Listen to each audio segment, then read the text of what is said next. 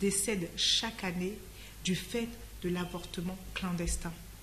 Vous savez, la loi n'autorisant l'IVG que sous des conditions précises, qui ne représentent en réalité qu'un très faible pourcentage des cas de grossesse dans notre société aujourd'hui, tous les autres cas où nous avons nos filles, nos jeunes filles, nos mamans, les femmes qui tombent enceintes, sont obligées d'aller le faire dans des centres, chez des charlatans qui ne sont pas outillés, qui n'en ont pas les compétences. Et le gouvernement, via ses structures sociales, via les structures de santé, est cet organe-là qui fait face aux conséquences de cet avortement clandestin. Parce que lorsque ça se passe mal, lorsque il y a une hémorragie qui suit, lorsque les intestins sont dehors avec tout le sang, lorsque l'estomac, l'utérus est perforé, les femmes sont déposées ensuite dans nos centres de santé publics et on demande à nos médecins de les sauver, ce qu'ils tentent de faire, mais ils n'y arrivent pas toujours. Et ça, c'est ce qu'on voit, c'est la partie immergée de l'iceberg. Il y a toutes celles qu'on ne voit pas, il y a toutes celles qui meurent sans ça. Et il y a toutes celles les structures de santé ne voient pas venir, mais qui, lorsqu'elles deviennent des femmes dans des foyers, sont incapables de concevoir. Parce que par le passé, elles ont dû avoir recours à ce type de pratique. Et vous voyez, le gouvernement a un devoir de protection de tout le monde. Quelles que soient les croyances, quelles que soient nos différences, le gouvernement a le devoir de protéger tous les individus de ce pays. Le gouvernement a dit que cette loi, c'est pour protéger ces femmes qui vont déjà avoir recours à l'avortement, à l'IVG, à l'interruption volontaire de grossesse de façon clandestine.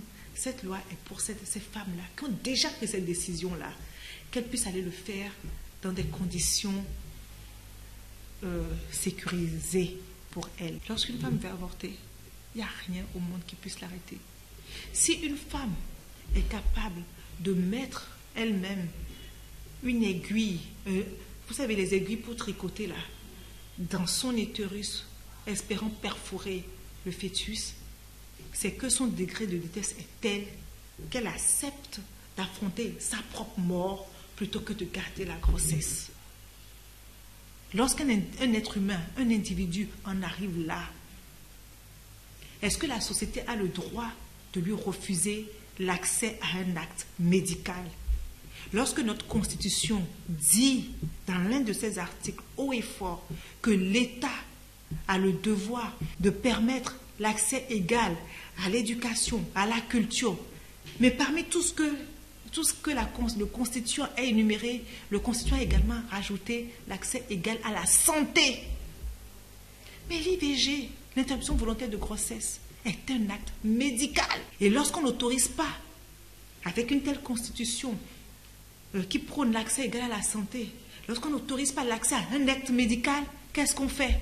Est-ce qu'on ne viole pas au quotidien la Constitution? C'est ce que le gouvernement béninois a fait. Le gouvernement a pris ses responsabilités et nous, constituants, nous l'avons suivi parce que nous sommes garants du respect des tests.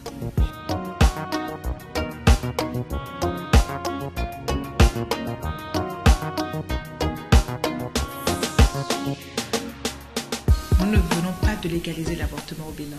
Je le dirai jusqu'à ce que ça soit compris, parce que l'avortement est légalisé au Bénin depuis 2003, via la loi que vous venez de citer, la loi 2003-04, relative à la santé sexuelle et à la reproduction.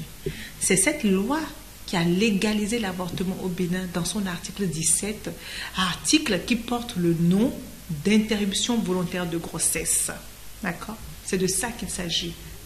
Et d'ailleurs, on parle d'interruption volontaire de grossesse et non d'avortement.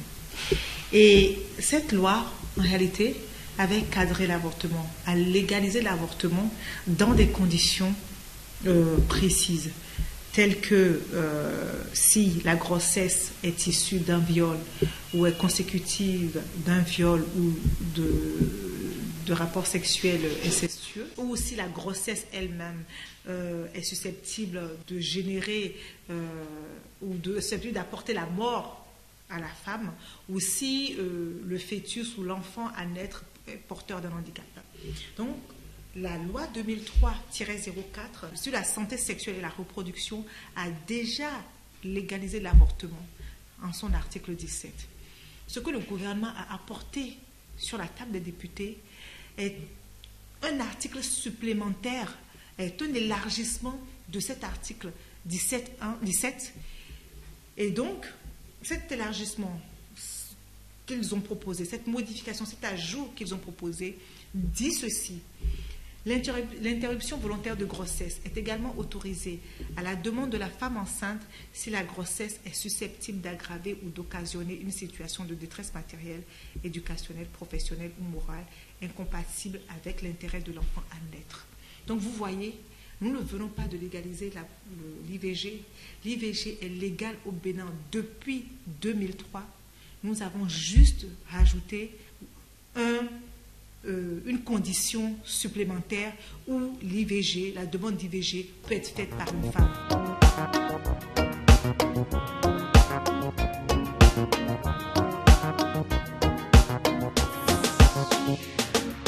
C'est le ministre de la Santé qui va décréter comment est-ce que ça se passera. C'est le gouvernement qui va décréter comment cela se passera. Ce n'est pas le rôle de l'Assemblée nationale.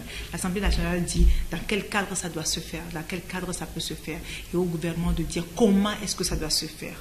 Vous avez dit quelque chose, que ces femmes-là ne seront pas perçues comme des... Vous savez, c'est le système de santé même qui a réclamé ça. C'est le ministère de la Santé, le ministère des Affaires sociales et le ministère de la Justice qui ont porté cette loi.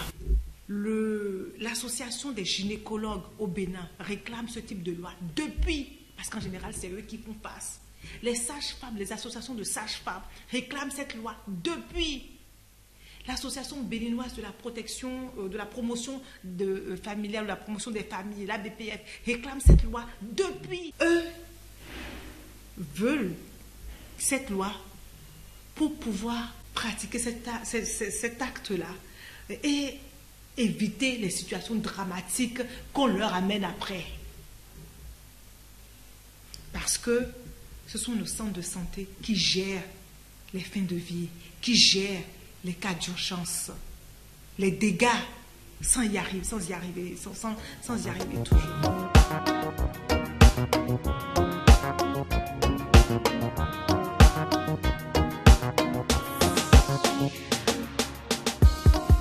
Alors, d'abord, ce que je voudrais dire, c'est qu'ils sont dans leur rôle.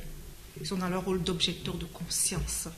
Parce que ce qui est certain, l'IVG n'est pas une bonne chose.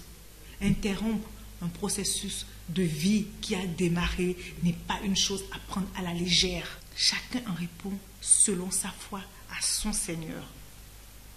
L'État met à disposition de la femme béninoise. L'État autorise à la femme béninoise d'accéder à un acte de santé qui, certes, a une gravité morale, mais l'État n'est pas là pour juger la moralité de cette femme. L'État est là pour lui assurer l'accès à un acte de santé en toute sécurité, dans des conditions qui lui garantissent sa vie, sa survie à l'issue de l'acte. Et ça s'arrête là. Le reste se passe entre cet individu-là et sa foi, et sa conscience, et son Dieu. Et les députés, nous sommes garants de la laïcité. Nous n'allons pas au Parlement pour représenter des tendances religieuses, des dogmes ou notre culture. Nous y allons pour défendre le droit, pour défendre l'égalité.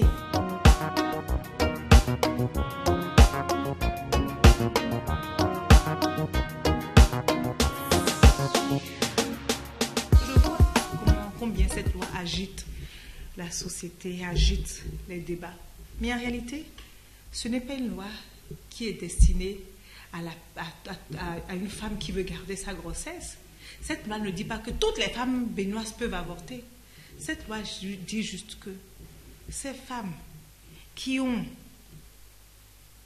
après toute la pression morale, toute la pression psychologique que cela requiert, toutes les difficultés que ça peut apporter dans leur vie future, les femmes qui arrivent à prendre cette décision-là,